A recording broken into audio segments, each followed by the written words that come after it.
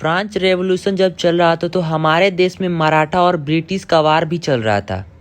काफ़ी देशों में वार चल रहा था, चाइना में भी चल रहा था। आखिर फ्रेंच रेवोल्यूशन हुआ क्यों, किस लिए हुआ, पूरा हम लोग डिटेल में इस वीडियो से ही डेमोक्रेसी की शुरुआत हुई थी। फ्रेंच सोसाइटी 3 भागों में बांटा गया था। पहला था क्लियर्जी, सेकेंड था नोबिलिटी और थर्ड क्लास में जैसे big businessman, merchants, court official, lawyer, small peasants, landless, labour.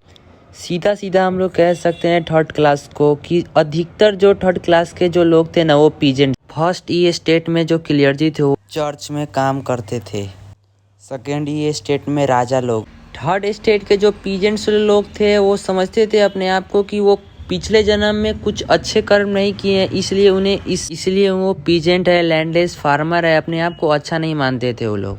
Peasants का पॉपुलेशन 90% था। बहुत ही कम लोगों के पास अपना जमीन था। बिजनेसमैन के पास था, मर्चेंट्स के पास था, ट्रेडर के पास था। 60% लैंड ऑन करते थे नोबल्स एंड चर्च, जो फर्स्ट और सेकेंड क्लास के थे।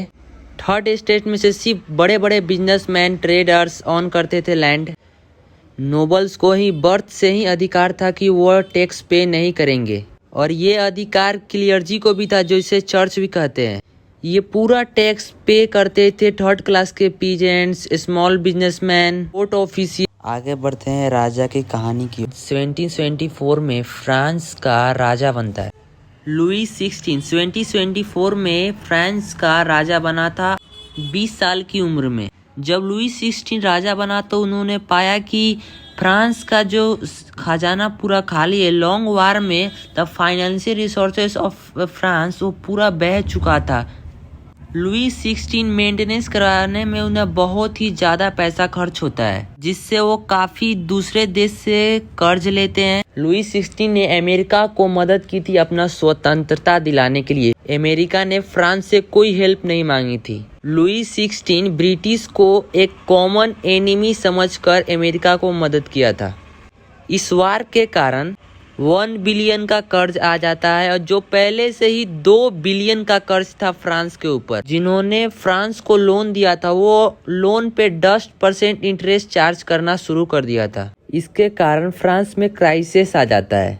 फूड ग्रेन्स की डिमांड बढ़ने लगती है। लोग के पास खाने के लिए पैसे नहीं थे, खाने के लिए ब्रेड नहीं था। ब्रेड उनका मुख्य आधार था। ये सब लोन और बढ़ती पॉपुलेशन के कारण होता है।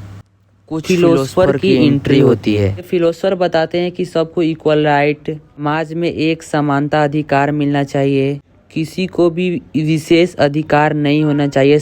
ये फिलोसफर बताते हैं कि समाज में जो आदमी वो अपने कैपेबिलिटी के आधार पे होना चाहिए, वो अपनी काम खुद करे। जिसमें मैं आप लोगों को 3 फिलोसफर को नाम बताने वाला हूँ जो फ्रेंच रेवोल्यूशन में बहुत सारे चीज का बदलाव लाते हैं। वो इन्हीं के कारण थर्ड स्टेट डेवलप होता है। लोग मर्चेंट्स, बड़े बड़े मर्चेंट्स बनते हैं। लोग ट्रेडिंग करते हैं अलग अलग स्टेट से सी के माध्यम से। तो पहला फिलोसफर का नाम है जॉन लॉक। इन्होंने बताया था कि राजा को कोई मैसेंजर नहीं है भगवान का, वो एक आम आदमी है। राजा को कोई विशेष अधिकार नहीं मिलना चाहिए, वो भी एक आम आदमी है। राजा को कोई एब्सोल्यूट राइट नहीं मिलना चाहिए। इनकी बुक का नाम है वो two treatises of government. Second philosopher है मोंटेस्क्यू। इन्होंने बताया था कि पावर का जो डिवीजन कर देना चाहिए 3 भागों में, जैसे लेजिस्लेटिव, एग्जीक्यूटिव एंड जुडिशरी, जो हमारे देश में भी है। अमेरिका ने अपने इंडिपेंडेंस के बाद इस कानून को अपना लिया।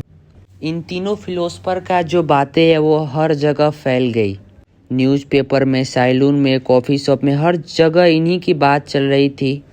जो पढ़ लिख नहीं सकते थे, जो देख नहीं सकते थे, उनको कोई और बंदा उन्हें पढ़ के सुनाता था और उन्हें मोटिवेट करता था। 18वीं सेंचुरी के दौरान सोशल ग्रुप में कुछ बदलाव आने लगे। थर्ड स्टेट में कुछ लोग आगे बढ़ने लगे, सी के द्वारा ट्रेड करने लगे, सिल्क, वूलन ट्रेडिंग करने लगे। ये छोटे छोटे बिजनेसमैन, इन्हें नए नए आइडिया आने लगे, और इन्होंने कहा कि किसी को भी जन्मसिद्ध अधिकार नहीं होना चाहिए, जो भी करे अपने मेहनत से करे।